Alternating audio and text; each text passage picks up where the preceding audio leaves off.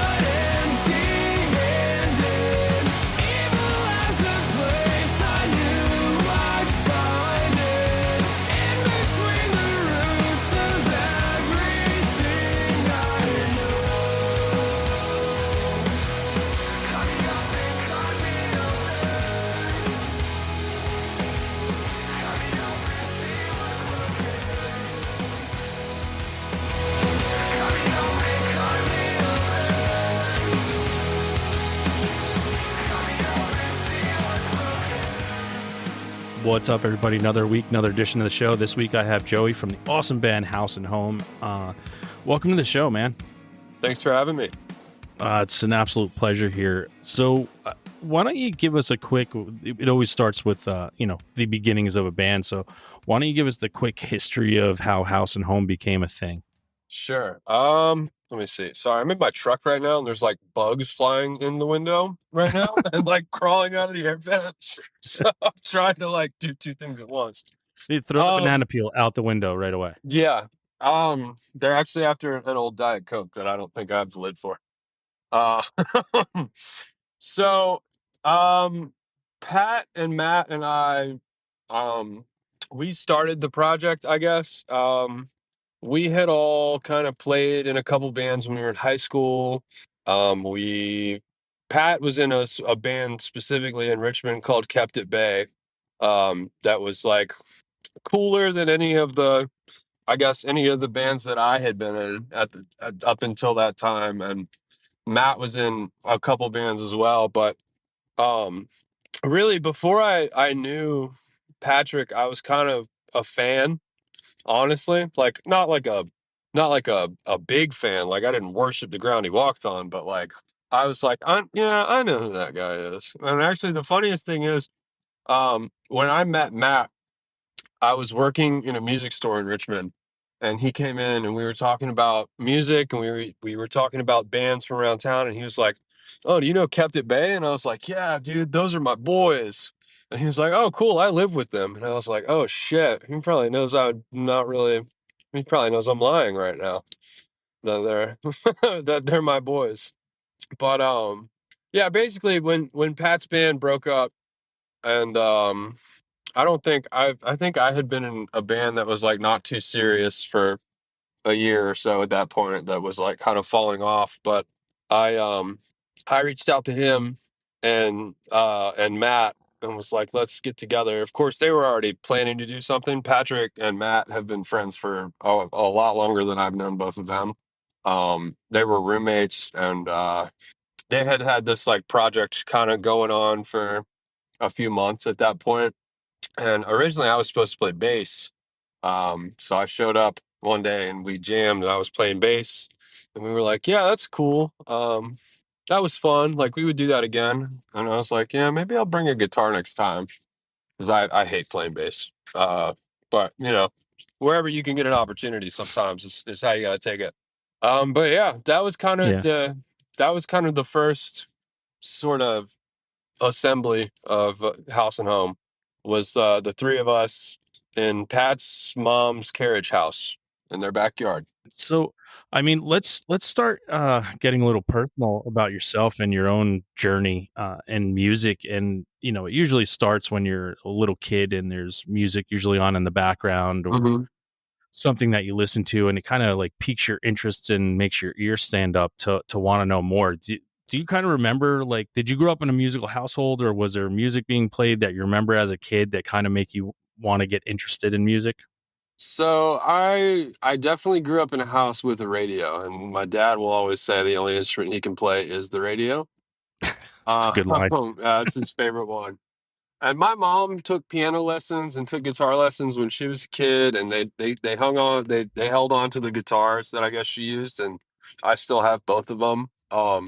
So musical family, kind of, sort of, not in like a very casual sense. Like my parents like music, but they're more, when I was younger, they were more like casual in their listening. Um, in the last like 10 years, my mom's become obsessed with bluegrass, and she's at bluegrass festivals all the time. And she's got like her favorites that anytime they come through, she wants to go see. She's a big Billy Strings fan. Anytime Billy Strings is around, she wants to go see him. um but yeah, my dad, I guess, he was always into like southern rock and stuff. So he showed me like Leonard Skinner, Molly Hatchet, some of the more like old school southern rock kind of stuff.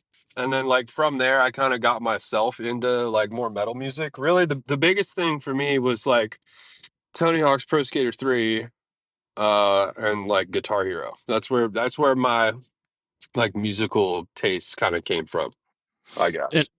and what was like the first band or artist for you that just made you say, like, wow, I want to do more and I want to learn more about music? So there were actually two. The first one was Nickelback, which a lot of people think that's really funny when they hear it. But I mean, I grew up in like a redneck town in the suburbs outside of Richmond, and like Nickelback was like the cool thing in my elementary school. Like Nickelback was the band. Um, so I liked Nickelback, and I would always grab my mom's guitar and I would jump on my bed and like air guitar on it with my headphones in, rocking the Nickelback. But the band that like made me want to actually learn how to play was definitely Green Day. Um, I remember like wanting to play a Green Day song so bad that I looked up on the internet how to tune a guitar and how to play the song, which like at the time I was 9 or 10 maybe, and I had never like stepped that far into like figuring out how to do something musically. So that was definitely the band that made me get started. Um, the band that like really pushed me further into it, like pushed me to the point of like, this music is my life. This is all I want to do, was Metallica. When I started learning Metallica songs, it was like no going back. Yeah, I mean that's and Green Day is a huge common thread when it comes to your generation of kids learning to play music, and I think that was in my lifetime, for me it was Nirvana. Right. And don't get me wrong, listen, Nirvana is a very influential band, but a band that I'll never listen to their music ever again. But it was that Sure. showing that a different thing that you could do. Like anyone can do this. You can look anyway. I don't need to have fucking makeup on and teased hair and leather pants and know Yeah. how to write these amazing guitar licks. Like, Sure. Yeah. and Green Day Nirvana. was the same way for a generation. Yeah. Yeah, it's funny because like a lot of us in the band, like we have the same sort of like inspiration bands. Like we all love Green Day. We all like Metallica. I don't think anybody likes Metallica as much as I do. Um, but what's funny is we went to see Green Day for Pat's bachelor party, um, which I was last summer. I don't remember exactly when. But tomorrow we're going to Blacksburg to see Metallica for my bachelor party. So it's like every time I have a friend get married or I get married or whatever, anytime somebody gets married, we're like seeing bands that are like very important to, I guess, like our upbringing musically. And it's been really fun to experience that with everybody. So Yeah, it's an awesome way to spend a bachelor party too, instead of the atypical going out just getting hammered at clubs and going to strip clubs or going to casinos and yeah, doing it that way. Go we're still have gonna an get experience. hammered, but Yeah. yeah, we're not going to the casino to get hammered. So when did your parents agree to, I guess, after you looked up how to play a song on the internet, when did your parents kind of agree? Did you go, were they okay with you going to get lessons, or did you get lessons, or are you self-taught? Like, Yeah, so I am like 90% uh like educated as far as like guitar. Like I'd say I'm 10% self-taught. Like I taught myself a couple basic things at the beginning, but I took lessons for probably 4 or 5 years when I was in like middle school and high school. Um my parents were all about it. Like they were about it from day one. Even the first time I picked up a guitar, they were like, "Well, let's get you into guitar lessons." And I was like, "Nah, I don't want to do that." But then eventually, I think I was like 11 when I started lessons. Yeah, they were always about it, like right from the beginning. There was never any convincing them or like begging or anything like that.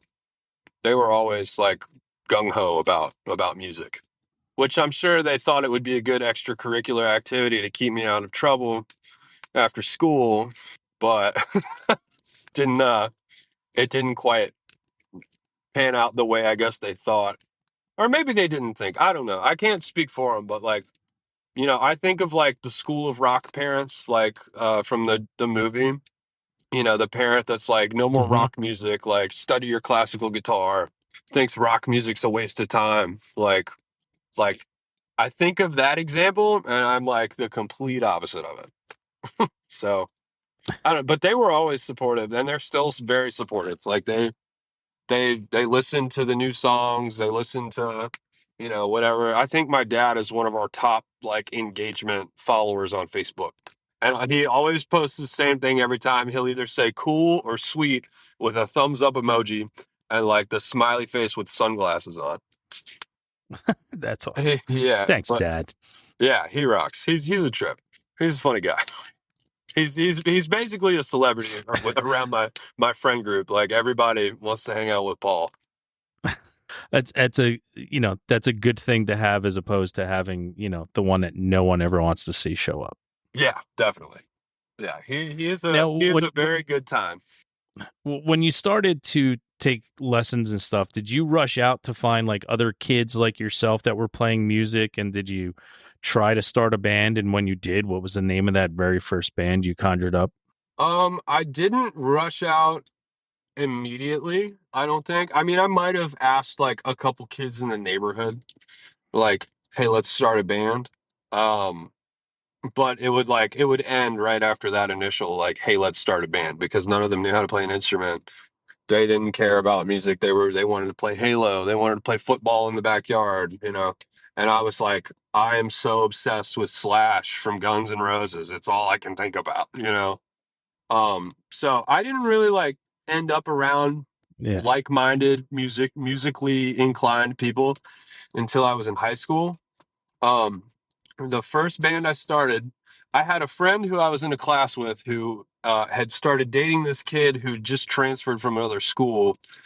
And she was like, "You should meet my boyfriend. He's a drummer."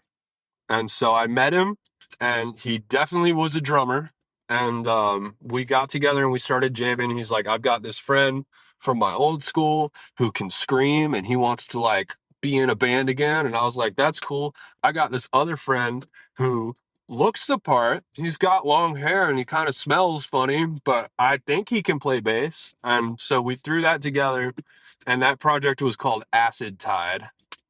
Um, it was like a very if Pantera was a metalcore band, like that's probably what it would have sounded like. If it was a little bit more like if Pantera existed 20 years later, basically.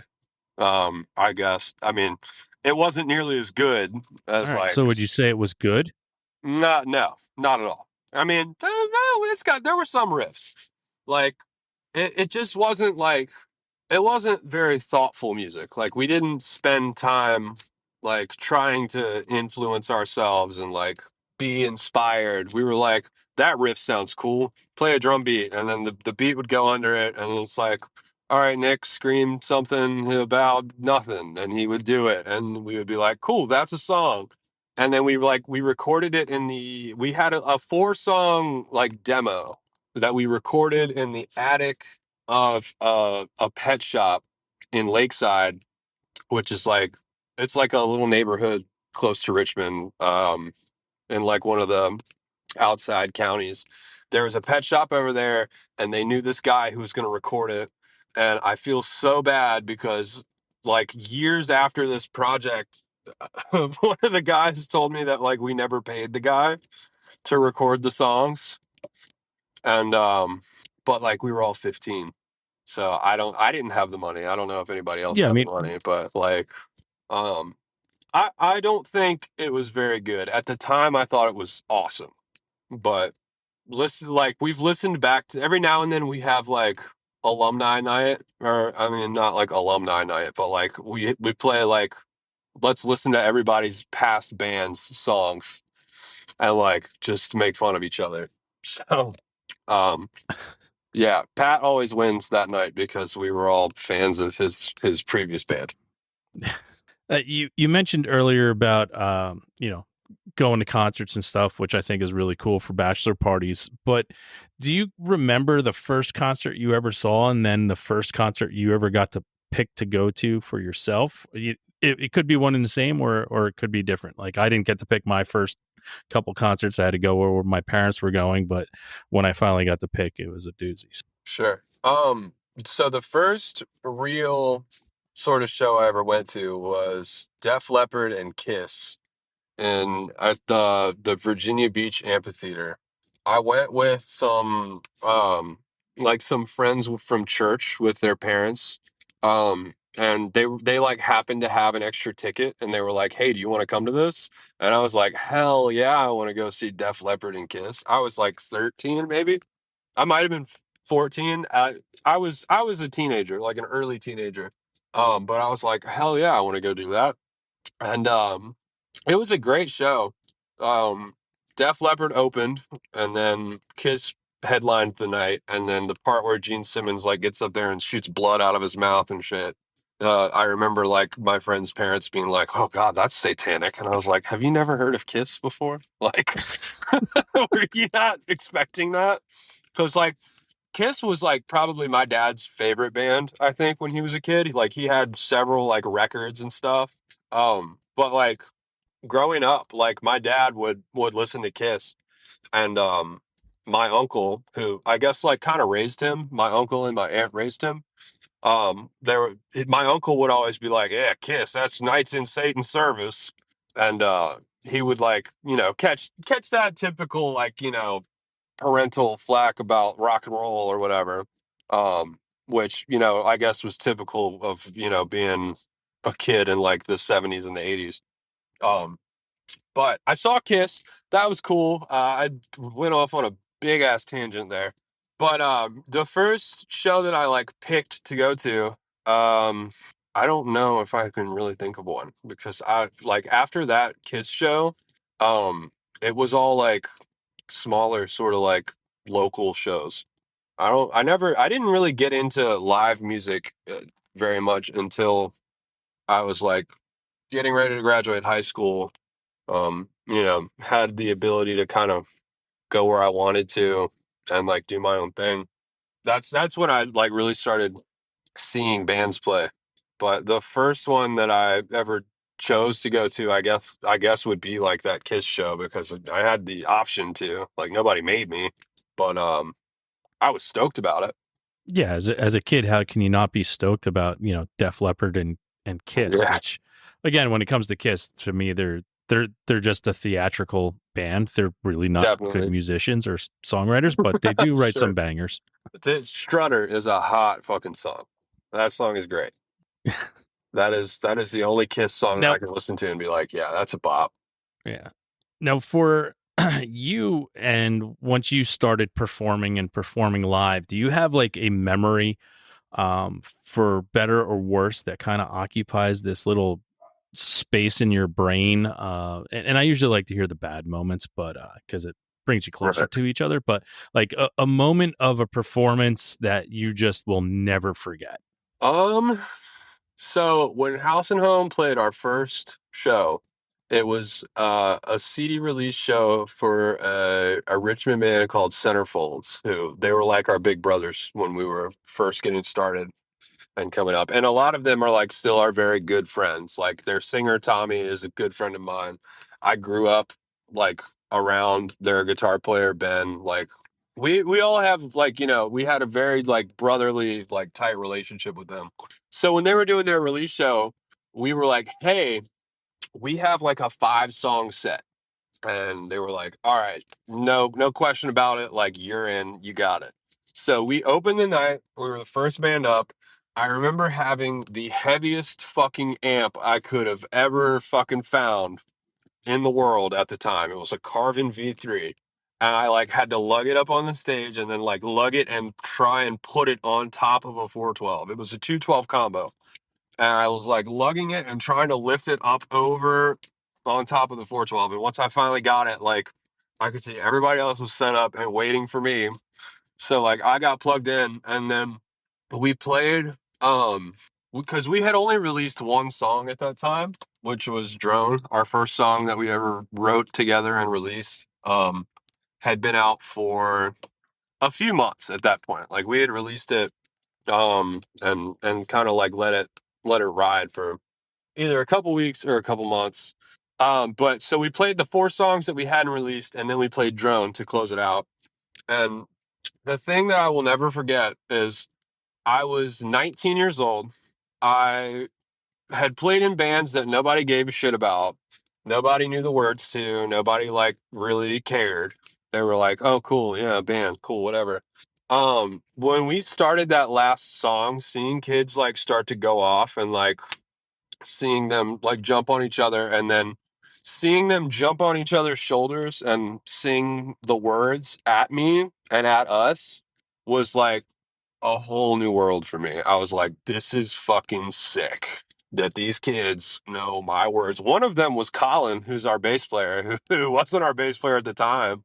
He was a fan before he joined the band, but he was also like he was like my little brother. I was like, come here, I'm gonna fucking strangle you if you don't shut up and just stand next to me. Uh, but like, I don't know. It was just really fucking cool to see all of them like into it. You know, it was the first time I was doing something musically and people were into it.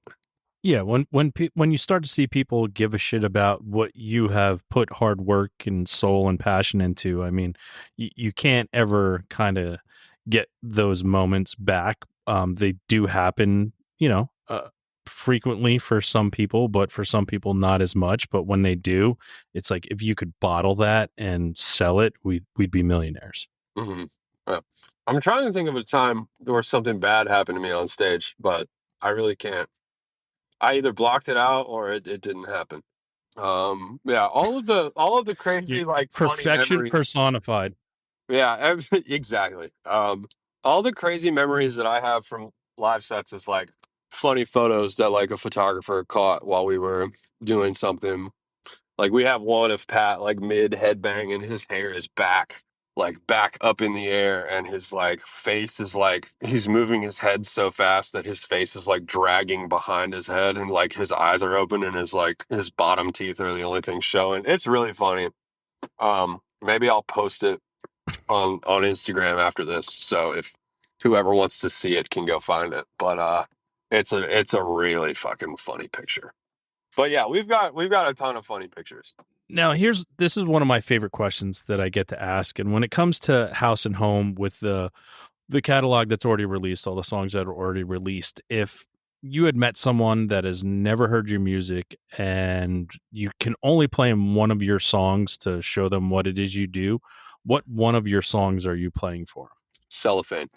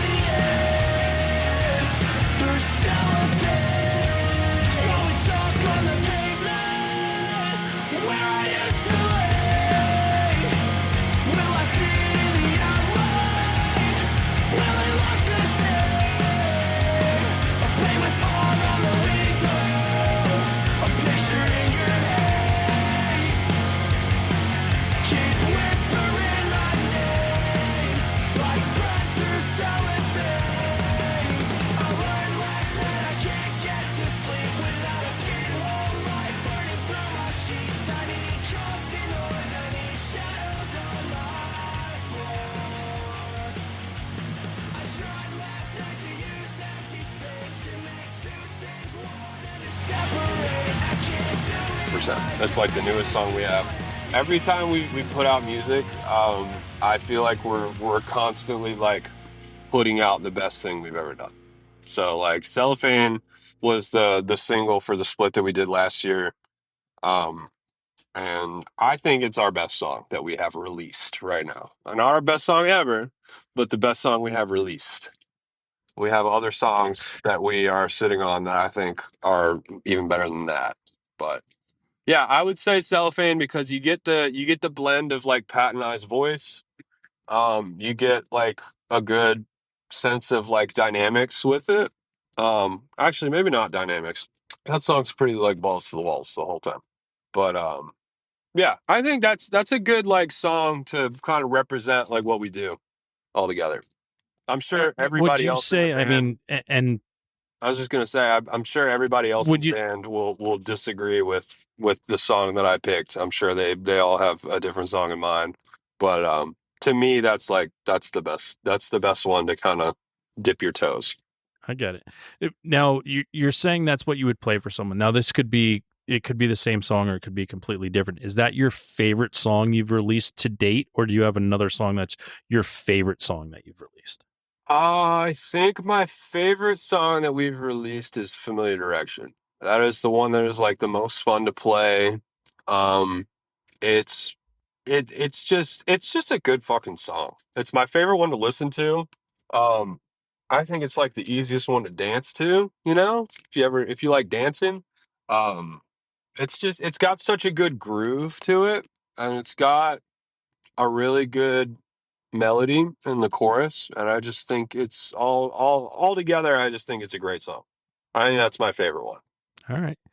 I and that's why I usually ask that as a two-parter because a lot of times it's playing something for someone is from your catalog is like, yeah, this is what I'd play because I don't know them, but I think it's the most accessible. But this Yeah, was the one that's my favorite. And sometimes they are the same, sometimes, but not all the time. So that's what I like. definitely. Now, what do you remember what you were listening to when you got your license and went and picked up your first friend?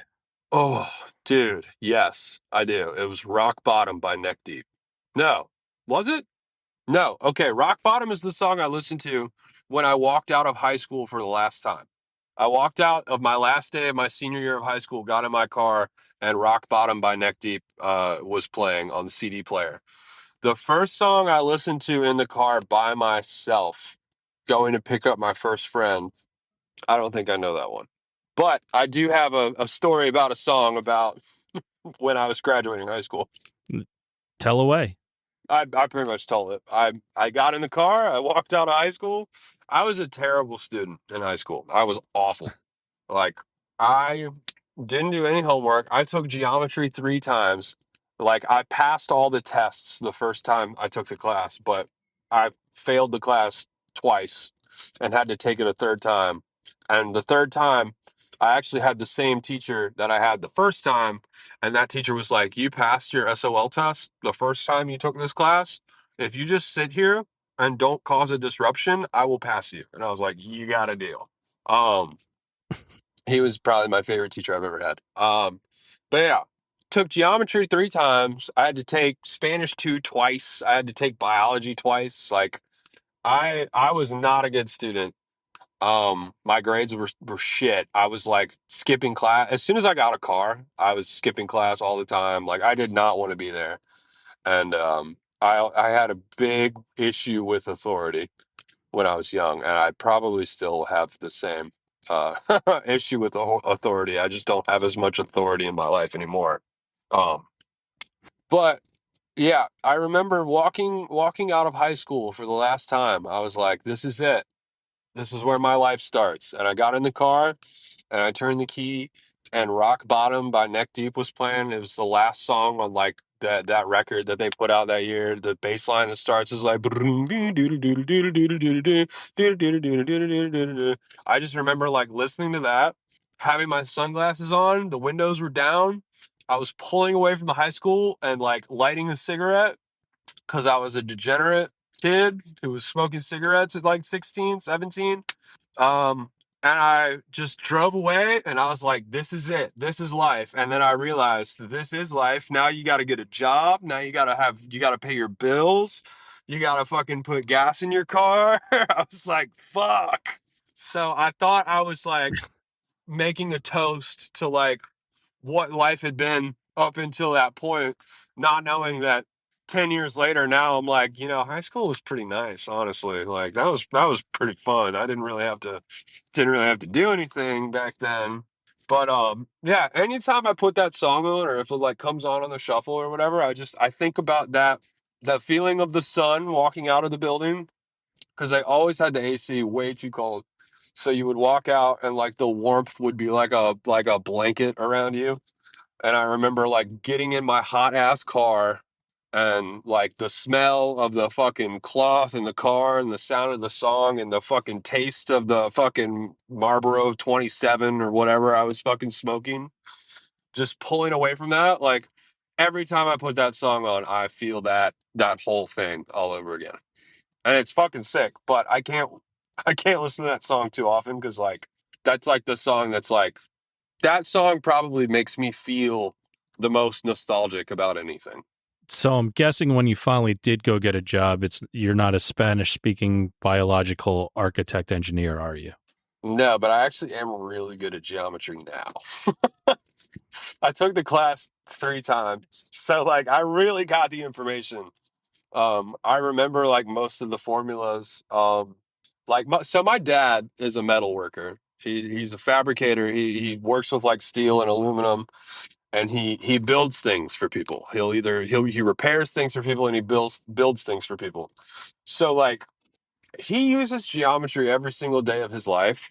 And I'll never forget when I was like failing the class. He was like, "How in the fuck are you failing geometry?"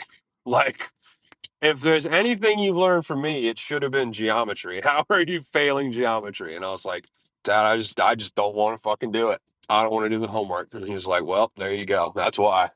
Um, but I am pretty good at geometry now. I can figure some things out. I remember like all the names of the triangles, Right. Yeah. the polygons. But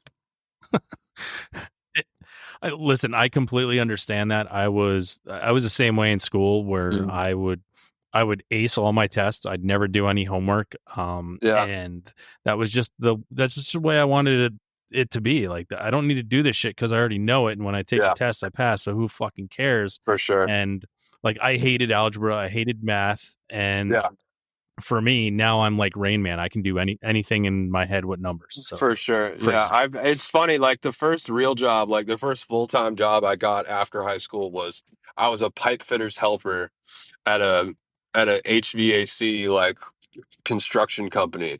So like I was like, fuck this high school shit, fuck this geometry shit. And I was immediately like after the summer, maybe after like the end of the year, graduated high school, like after New Year's Day, the year that I graduated high school, I was doing geometry on a rooftop with a bunch of steel pipes around me, like with this 60-year-old man who like probably didn't fucking like me because I had long hair and tattoos and was like, fuck, I should have paid attention in geometry. But what can you do? So there's your dose of irony for the day. That was the job that I left because I was like, I want to be in a Yeah. band and I want to go on tour. They were like, you can't fucking go on tour. What are you talking about? So I left that job. That was the last quote unquote real Well, good job on I you. had. Yeah. Now, in your life, is there a band that you constantly turn to, a band that never lets you down, that you just always constantly listen to when you need to listen to some type of music? There's a couple. Um, I think the band that I can always put on and have a really good time listening and like not, I'm not saying it's like no skips or, it's like I could listen to it all day long for forever, but like anytime put a Turnstile record on, it's I've listened to all of their music so much that it's like very familiar to me. It's very comfortable. Um, like even their last album they put out in 2021, like I think I've listened to it like at least 400 times since it came out. I'm really excited about their new record. Um, but yeah, that is like a big comfort band for me. The another one is like I could listen to Drug Church all day, every day, for the rest of my life probably, and be good. But one of my earlier comfort bands, I guess, was Foo Fighters. I could always put on a Foo Fighter song and like know what I'm going to get. Yeah, I So don't think there's much difference when it comes to like Foo Fighters songs as opposed to Turnstile. Like Turnstile, you're going to get something different almost every time, which is what I love about them. And the Foo yeah, Fighters, you nowadays, yeah, 1000% know what's coming. yeah, definitely. Whether it's like more towards like a ballady side or more of like a hard rocking song, like it's still Foo Fighters. You're gonna get Foo Fighters.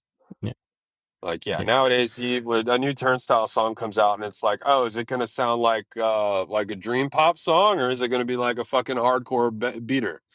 Like what is it gonna be? yeah. So I like that variety. I like that uncertainty in music. It's like, what are they gonna do? Like, what kind of song is this band gonna put out? Like sometimes I feel like bands put themselves in like a hole with the genre that they're trying to play, and they're not like willing to be different enough. My band included. Like I feel like we do that shit all the time. Um, but it's what's comfortable. So there's also four people making decisions. I can't be the only asshole to be like, no, we need to do something different. And then they're like, shut the fuck up. So I don't know. Yeah. No, and that's my thing that I love about, a band like Turnstile where, they'd gotten a little bit of traction and with what they were doing and then all of a sudden it was like, "You know what? We want to experiment and we want to do some other things." And Yeah. they were allowed to do that and still as I always turn to Radiohead as a band like that, where they were able to make a different album every time they put out an album, but they didn't lose their old fans and they got new fans as well. And it Yeah. was just like Turnstile is like that new band is like, fuck you, we're just gonna put this out and you're either gonna like it or you're not, but we don't give Yeah. a shit because it's what we're doing. So I give them a And I lot of love credit. that. I love that attitude a lot. But yeah, I mean, at the point that they're at now, like they can afford to do that. But a band that's more similar in size to mine, it's like we're still working on that whole like sort of break through the underground part of things. Which like we've definitely grown a lot in the last few years, but I don't know if we've grown to the point where we can like take a big risk on like a direction change or anything, Like I like all kinds of music. Pat likes all kinds of Well, Pat likes a I lot of think I sad think music, but Yeah, I think you guys are almost on your way to be able to doing what you want. Like what you've already created and put out into the ether is fucking fantastic. And that's, kind of the point of why I got you here. I think you deserve more notoriety for what you've already created and giving yourselves an opportunity to try new things and try different things sonically that maybe you really want to do, but like you said, there's four people making decisions and other people like, oh, we got to stick to the recipe we've already made. Like the lasagna is good, we're just going to have it. We don't need to make it any better or any worse.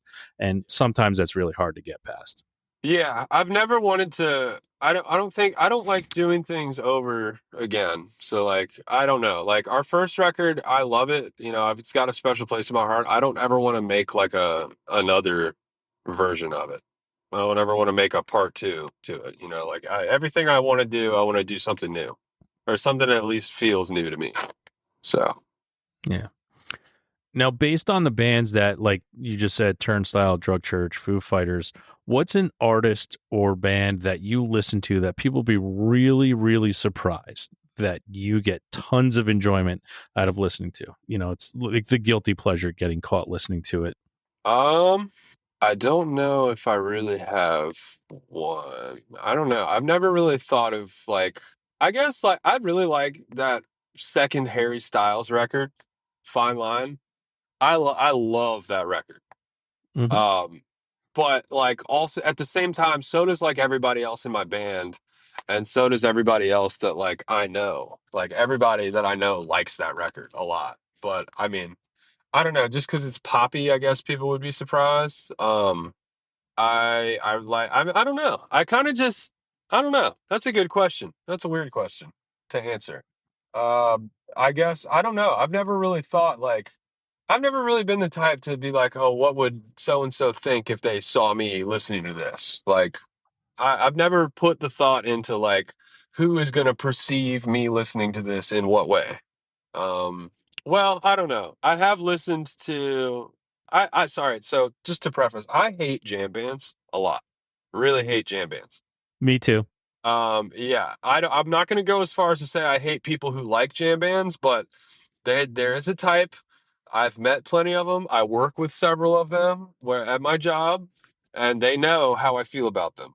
Um, but the closest thing to like enjoying a jam band I've ever gotten to is like I was saying earlier, my mom is really into Billy Strings.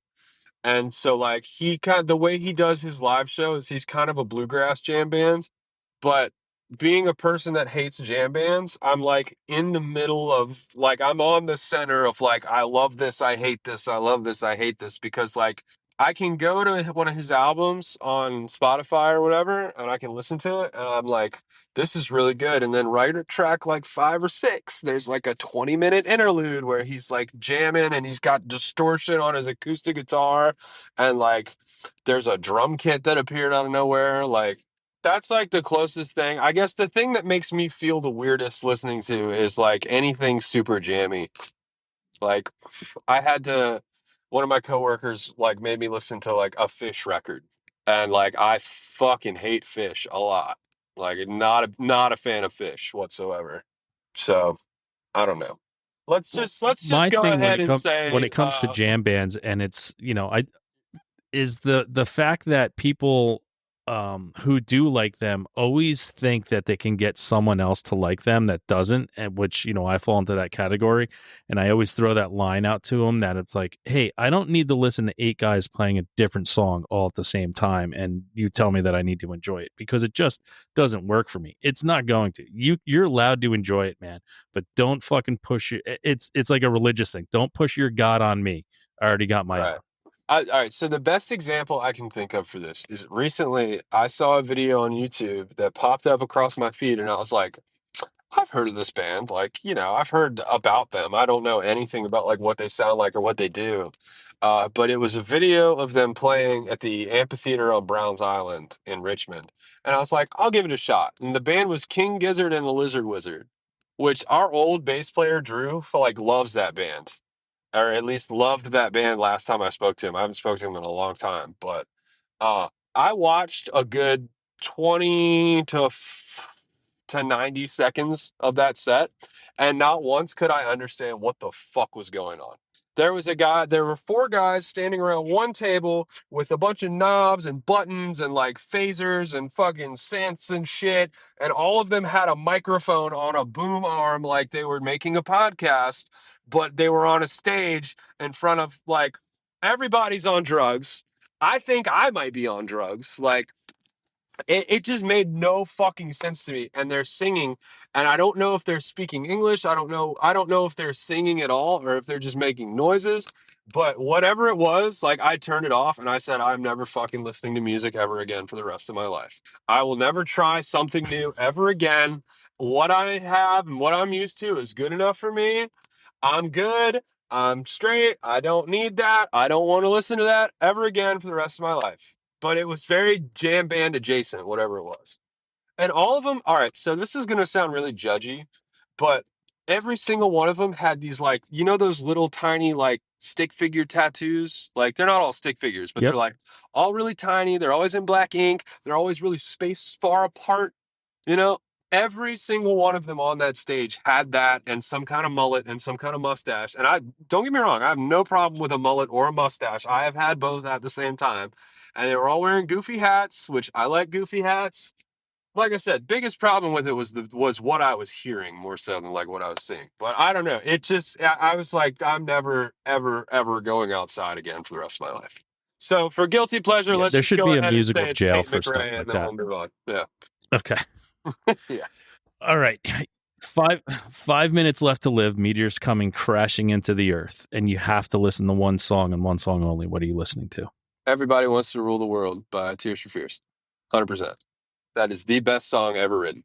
Fact, not Great opinion. answer. It's not my opinion. That's just true. And if I didn't say that song specifically, my fiance would murder me because that is also her favorite song ever written. Ever. Nice. All right. You're on. This is another sad situation. Your home is on fire, crumbling to the ground. Every living thing is out safely. Hmm. Everyone is safe. Animals, goldfish, everything is safe. But you can run in and grab one musical item, whether it be a piece of memorabilia or something musical. What's the one thing you're grabbing? So I feel like I kind of have a trump card to this though, because all of my musical equipment stays like at a storage unit. Like it doesn't stay at the house with me. But I'll play along. I think the one thing I would grab that I could never like stand to be without, like the one thing that is irreplaceable is my mom's 1983 Ibanez Roadstar 2.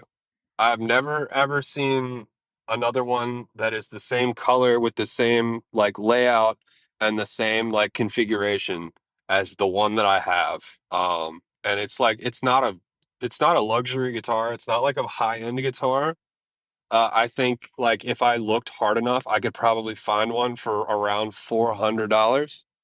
But yeah, that is the only thing. Like that's I learned how to play guitar on that. You know, like that was my first guitar. That was her first guitar. Like she gave it to me. I put stickers all over it. She yelled at me. She fucking ran a hair dryer over it and peeled all the stickers off. Like no other guitar that I have has like memories that go that deep, you know. Every other guitar is like, you know, I've one of them was a gift, and you know, one of them I've bought and sold 3 or 4 times, and like, you know, the other one was, you know, also given to me by my mom, but like it was a $200 acoustic guitar that like I could replace for, you know, pennies on the dollar. Like it's none of the other guitars have that same sort of sentimental value as that one does. Plus, I have like really good renter's insurance. So like if it came down to it, I'd get my shit back. All right. Good. I love the sentimental answers. Um, So we're gonna come in on our time here before we get to our final segment of the show, which is our weekly threes, which will be three things that you're listening to that you want people to check out. But before we get to that, I'd love to give you the opportunity right now, Joey, to throw out all your handles for House and Home. Let everybody know how to find out what it is you're doing. I know you're getting married soon, so that's a big thing. But you're probably not going to post that on your website or anything. But yeah, just throw out all your handles so everybody can keep up with what Sweet, you guys are sweet. doing. Please let me embarrass myself real quick. I'm not the social media guy. I actually have to look up what our fucking Instagram name is. All right. We are at House and Home VA, HouseandHomeva on Instagram. I'm actually gonna pull up the link tree because that'll make it even easier. You can find all of our stuff at houseandhomerva.com. We don't use X anymore, or Twitter, or whatever the fuck it's called. Fucking, I don't care. I'm not on it. I think you can find, if you want to look at our Threads account, you can find that through Instagram. You can find us on Facebook at House and Home. Other than that, like go follow us on Spotify because that's the only one that really, really matters. But if you want to keep up with us, House and Home VA on Instagram, and house, just search House and Home. That's with an ampersand with spaces in between the words. That's the only way you'll find it on Spotify. But that is everything that I know of that you can find us at. Awesome. So we are in our final segment. It is our weekly threes. It's three things that you're listening to that you would like people to check out. You give your three, then I give my three for this week as well. You guys actually appeared on this on my threes a couple weeks back. So Sweet. Do I start like you just want me to give you three yeah, things? yeah. Just give me the three things you're listening to. All right, I'm listening to Guilt is Good by Secret World, the EP. I'm listening to the album AD by Angel Dust. And let me find something else real quick because I listen to a lot of boring music. I am listening to Cheer by Drug Church. And I'm listening to a bunch of Metallica because I'm going to see Metallica tomorrow.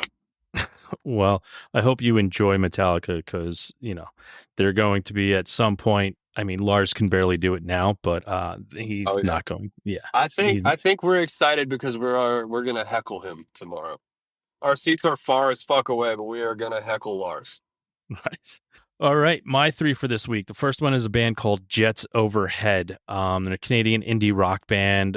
Kind of got vocals like if Beck was singing with a rock band. The name of the album is 15 Years of Jets Overhead. They just celebrated their 15-year anniversary. So that's what I've been listening to. Number two is a band called Hidden Hospitals. Unfortunately, no longer active, but their album Liars is just fucking fantastic. It's prog rocky, punky emo from Chicago. And last but not least is a band called Sunflower Bean. The name of the album is Mortal Primetime, New York City rock band. But yeah, those are my three for this week. But Joey, thank you so much for being here. I know you got an awesome bachelor party ahead for you. Oh yeah. Going to see Metallica. Thank you so much for creating the music that brought us together, man. I mean, that's the most important thing. Two strangers can come together and talk about music, and you can't really do that with many other things in this world. So it's important. Yeah, Thank you for creating that music that brought me to you. Yeah, hard to find the sense of community anywhere else that you'll find here, and most people are welcoming. So, but yeah, honestly, I hate music. This is probably the last thing I'll ever do. But no, I'm kidding. Okay. Everybody else out there in the world, you know what time it is now. It's time to go out and listen to House and Home and have a great fucking time.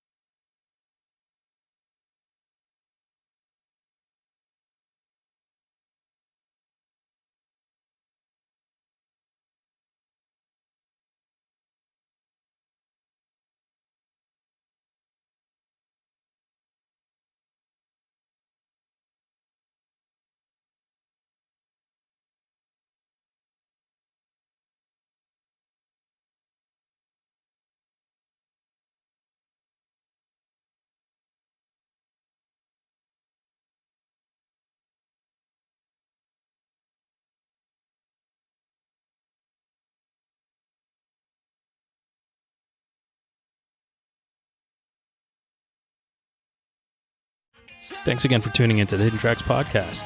We hope you enjoyed this week's show. Don't forget to follow us on Instagram at HiddenTracks99. Also, send all your submissions to myhiddentracks99@gmail.com. Tune in next week. You may find your new favorite band, and don't forget to go out and have a great fucking time.